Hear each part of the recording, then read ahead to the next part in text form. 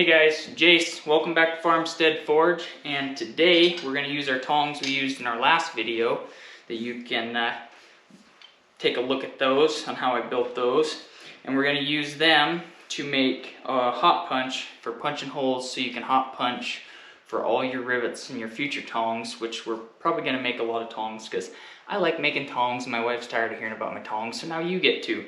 So if you have some coil spring, you're cheap, you want to use that, you can, but you don't know for sure what steel they use, so you got to play around with heat treat and it's time consuming. So I'm going to use some H13 Tool Steel today. H13 is made for heat. It's really good steel. I really like it for hot punches. It lasts forever and it's some good stuff.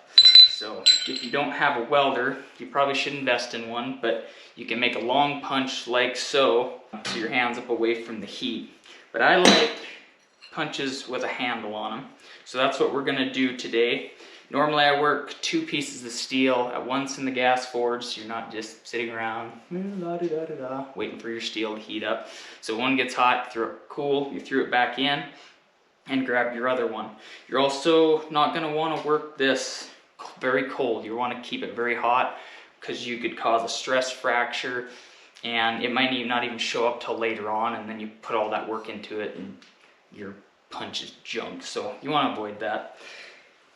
And for a handle, because my iron rack is buried in snow right now, I'm just going to use a piece of 3/4 sucker rod, and I'm going to have some fun with it and maybe do a nice twist or something really comfortable. And so we're going to have to make it square and have some fun with that. So, alright, let's roll. Also guys, when you go to weld this up, you can't just weld the handle on, it'll never last. So stick around halfway through. I'm going to show you the proper way to weld tool steel onto a handle so it doesn't just break off in 2 or 3 whacks.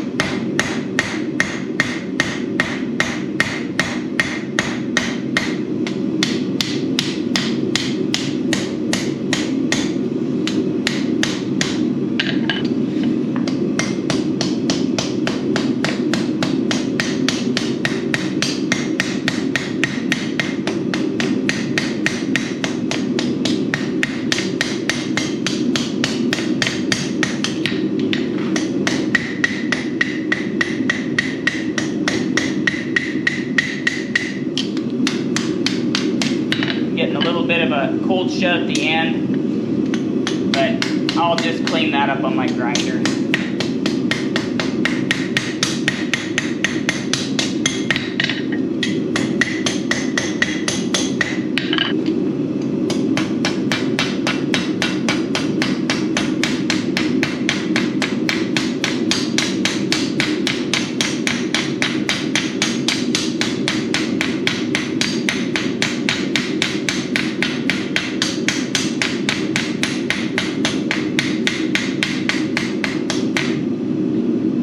Get this really close to where I want it, and then I will clean it up on my grinder.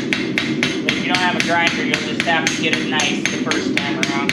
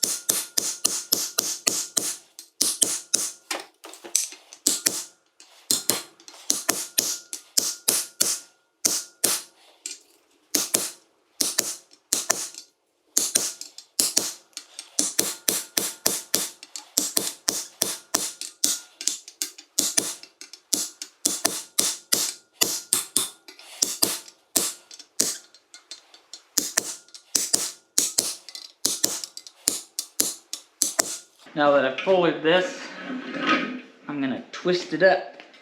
Pay attention to what way you're twisting it, because you're gonna have to twist it back the other way in a minute.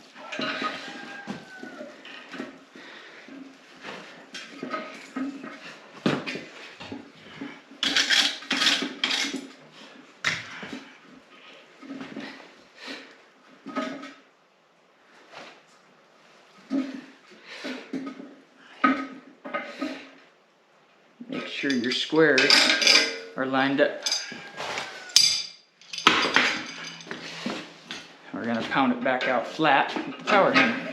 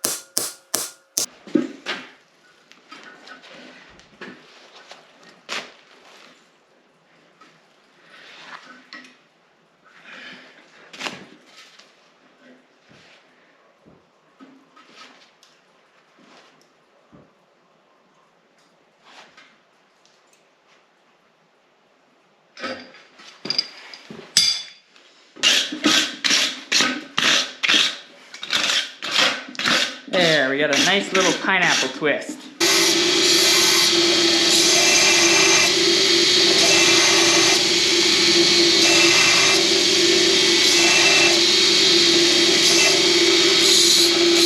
Alright guys, I got this thing sized up where I want it. I usually start with 5/16 unless I'm doing a really small set of tongs, and I'll do quarter. That way it always gives me the option to size up on a rivet once the tongs wear out. So I just, I got this cleaned up where I want it. Not quite where I want it. I'll do one final cleanup after I weld it and heat treat it. This is H13, so it's actually air cooling, and I'm going to air cool it in a bucket of ash right by my wood stove, so it takes a long time to cool off and it makes it nice and hard. System hasn't failed me yet. Now when we weld this thing up, I'm going to tack it cold just so I get it all lined up where I want it. But then if you weld that all cold, on that, the weld will just crack right away from your tool steel in no time, and you'll be mad. So make sure we're going to heat this up really nice and hot when we weld it up, and then we'll heat it up one more time to a non-magnetic temperature, and then we'll put it in our bucket of ash.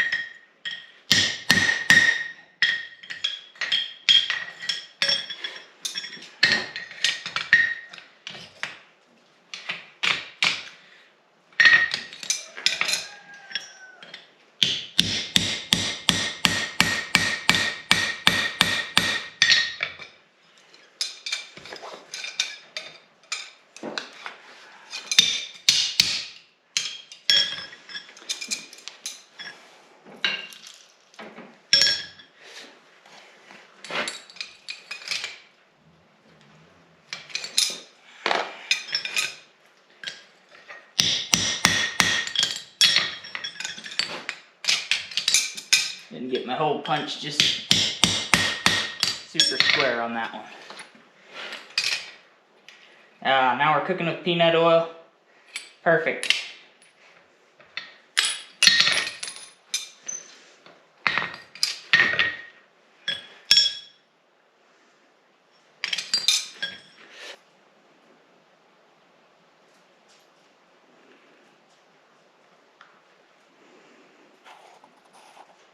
Hey guys, I hope you enjoyed this video on making your first hole punch.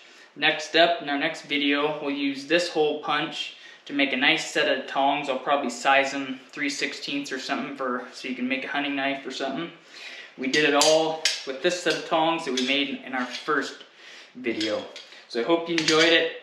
If you did, hit like, subscribe, and I would really appreciate it if you commented and thanked my wife for all her tech work, because if it wasn't for her, you wouldn't be out here hanging out with me. Enjoy, and we'll see you next time.